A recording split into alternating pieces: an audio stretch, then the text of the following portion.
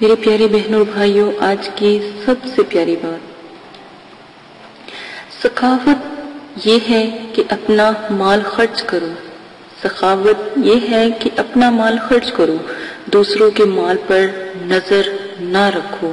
حضرت علی رضی اللہ عنہ۔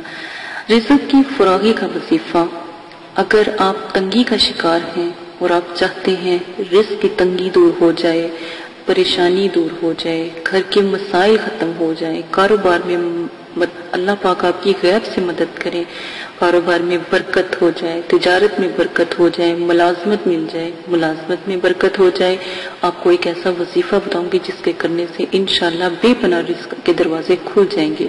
یا حیو یا قیوم یا وہاب، یا حیو یا قیوم یا وہاب، یا حیو یا قیوم یا وہاب، روزانہ 1000 مرتبہ فجر یا عشاء کی نماز کے بعد ورد کر لیا کریں۔